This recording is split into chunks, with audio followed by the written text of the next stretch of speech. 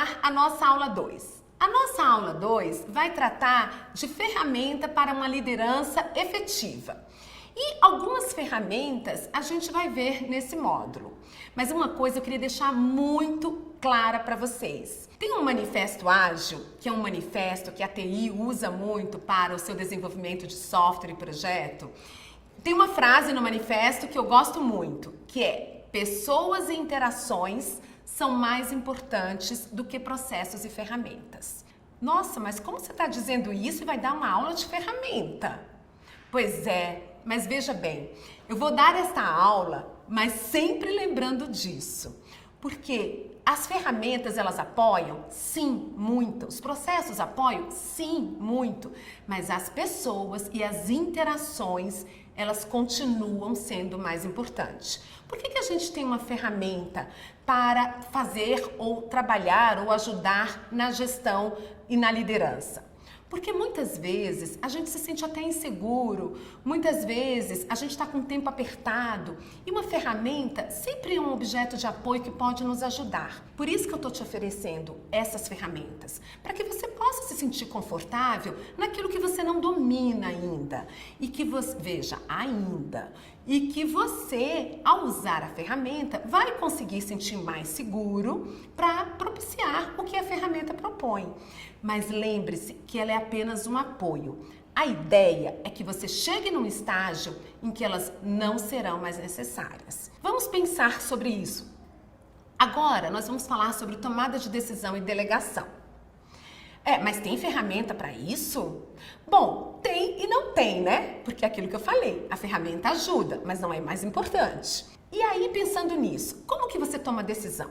Você toma decisão emocional, ou seja, de impulso, ou você toma uma decisão mais lenta, no sentido de analisar todos os fatores, no sentido de olhar como que está tudo ali interagindo? Como que você toma decisão? Você já parou para pensar sobre isso? Você toma uma decisão mais centrada em você, no que você pensa, ou você toma uma decisão mais participativa? Você consulta as pessoas da sua equipe? Como que você toma?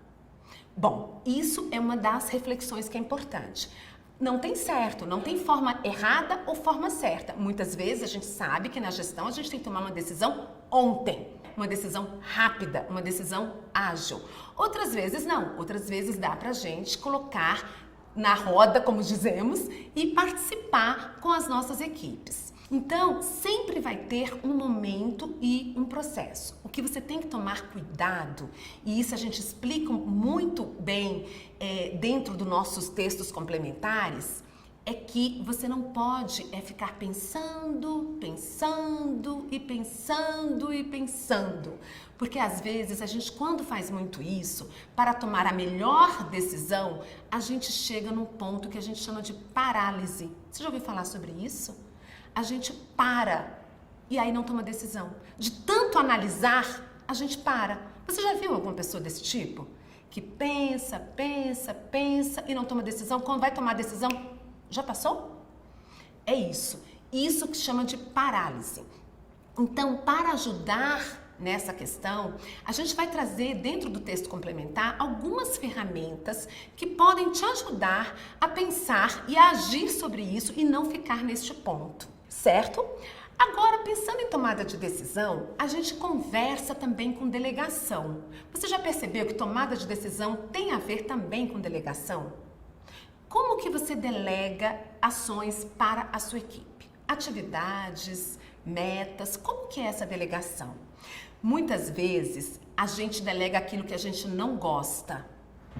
Vou delegar isso para minha equipe. Não gosto de fazer mesmo essa planilha, vou delegar para Joãozinho. Não, isto não é delegação. Delegação não é delegar aquilo que a gente não gosta. Delegação é uma ferramenta de desenvolver pessoas.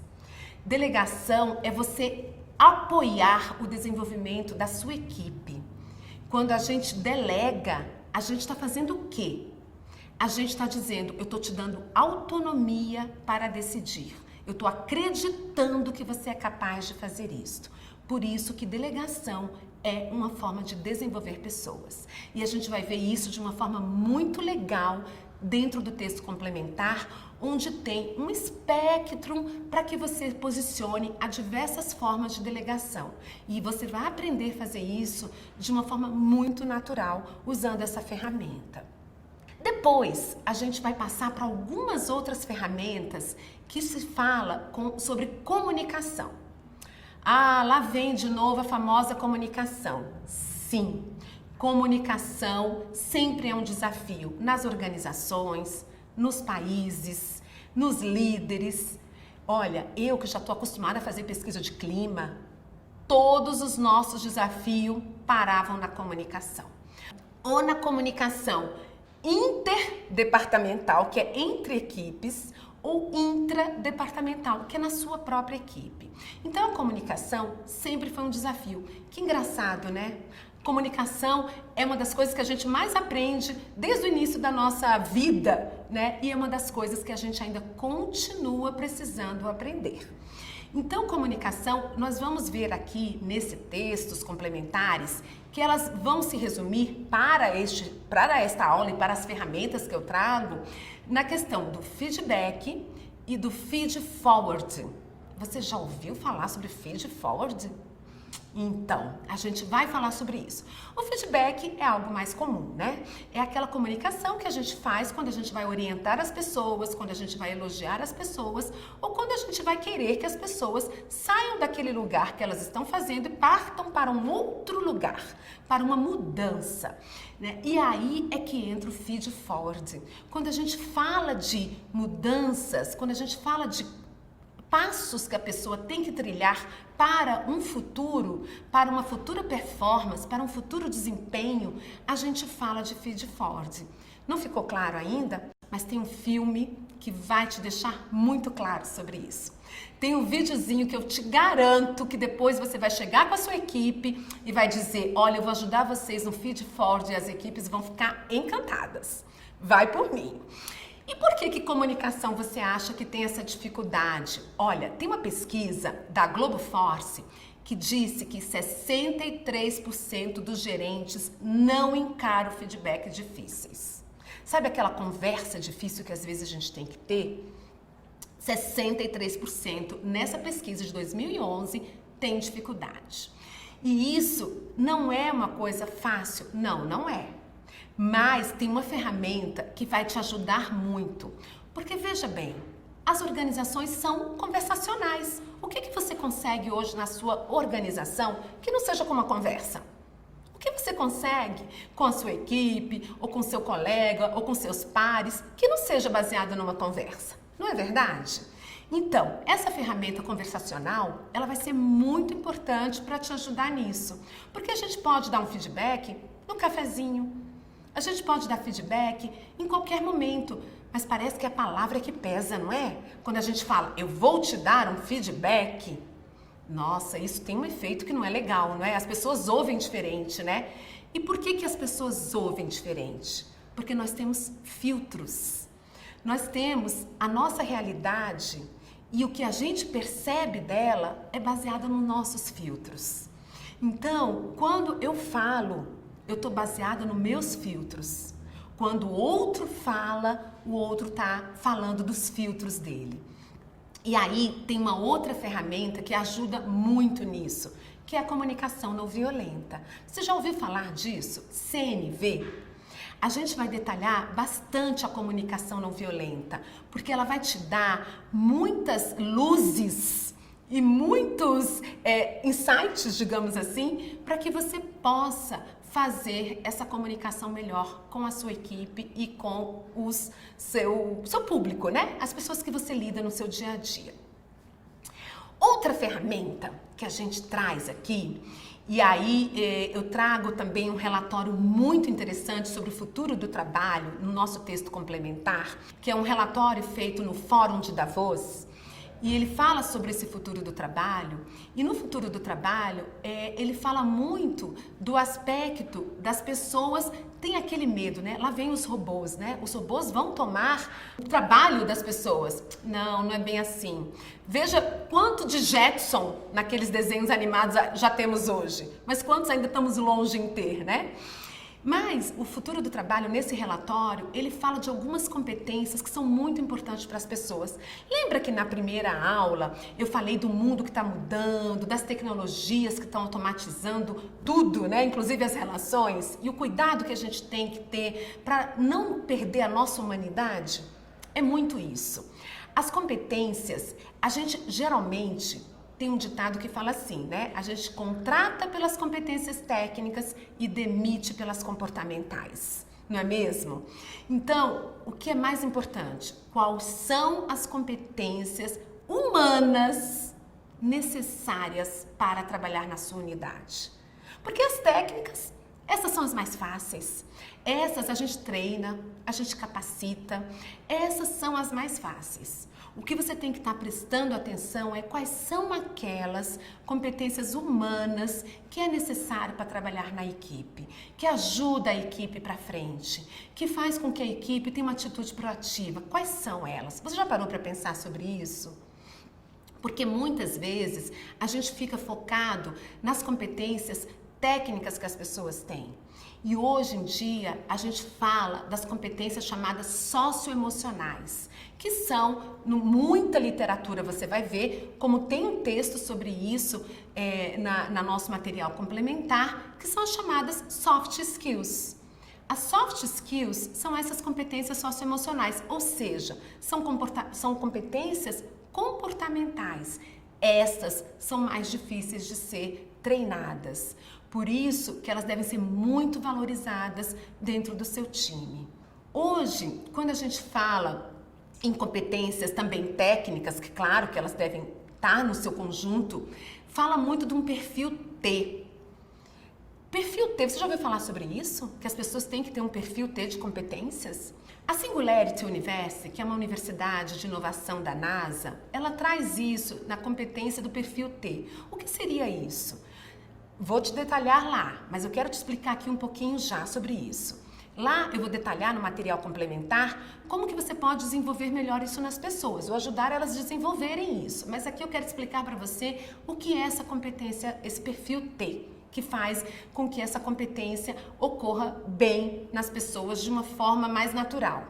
O perfil T é aquele assim, pensa num T aí, pensa num T. O T tem aquela vertical, né? Nesse vertical é uma competência que você tem que ser especialista. Você tem que ser especialista naquilo que você se formou, se capacitou, o que você quer fazer, enfim. Você tem que ser um conhecedor, um exímio naquilo. Mas, ao mesmo tempo, isso só não sustenta mais um profissional do século XXI. O profissional do século XXI tem que ter também, na cabeça do T, vários conhecimentos transversais. Isso que é o perfil T, é aquela profundidade de um conhecimento e transitar por diversos conhecimentos transversais. Isso faz com que as pessoas possam fazer muito mais quando elas juntam os seus conhecimentos transversais com seus conhecimentos técnicos. E esses conhecimentos transversais, muitas vezes, são esses que a gente chama de socioemocionais. Então, a gente vai passar uma ferramenta para que você possa verificar isso junto com a sua equipe, para que as pessoas possam fazer essa avaliação, não só delas, mas avaliação também da equipe. Que coisa legal, não é? Quando a gente propicia um ambiente que a gente se sente seguro e confortável para fazer uma avaliação conjunta da equipe de competências que a gente tem hoje e das que a gente quer ter para os nossos objetivos estratégicos. E é isso que a gente vai passar para você nessa ferramenta. Depois, com a última ferramenta, a gente vai chegar nas ferramentas que levam a pensar sobre motivação. O que move você para trabalhar todos os dias? Você já pensou sobre isso? Ou você levanta no automático e vai trabalhar? O que te mobiliza para todo dia você acordar, ir para o seu trabalho e chegar lá bem? Você já pensou? Você sabe? E você sabe o que motiva a sua equipe? O que motiva a sua equipe todo dia a se levantar?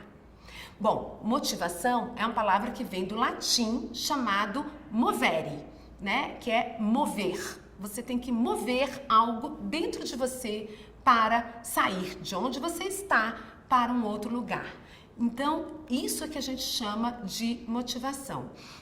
E quando a gente pensa nisso, quando o gestor pensa nisso, ele tem que pensar o seguinte: ele não motiva ninguém. Relaxa. Se você pensa que você é o responsável por motivar as pessoas, não, você não é. Porque ninguém é motivado pelo outro. O que o gestor tem que fazer é criar um ambiente onde as pessoas possam ser elas mesmas, onde as pessoas se sintem confortáveis, onde as pessoas se sintam produtivas e reconhecidas. Aí sim, tudo isso deve fazer sentido com o que ele fala. A gente coloca uma ferramenta para que você fale um pouquinho sobre ela junto com as equipes, chamada Círculo Dourado. Essa ferramenta é uma ferramenta muito interessante porque você resgata nas pessoas o significado do trabalho. O significado do que elas fazem. Isso é uma grande forma para você motivar. Lá a gente vai detalhar melhor no material complementar como que você usa essa ferramenta. Tem uma outra também que eu gosto muito, que é o Mapa da Cultura. E lá está bem detalhado também no nosso material quais são os espaços nesse mapa da cultura e como você trabalha isso melhor com a sua equipe. E isso não vai garantir que a sua equipe vai estar motivada, mas isso vai garantir que você possa abrir uma conversa com a sua equipe sobre entender o que motiva e o que não motiva e como você pode fazer e facilitar para os bloqueadores e os gatilhos que favorecem isso no ambiente. É isso que você vai ver nesse bloco de ferramentas. Vai estar legal, hein? Te espero lá!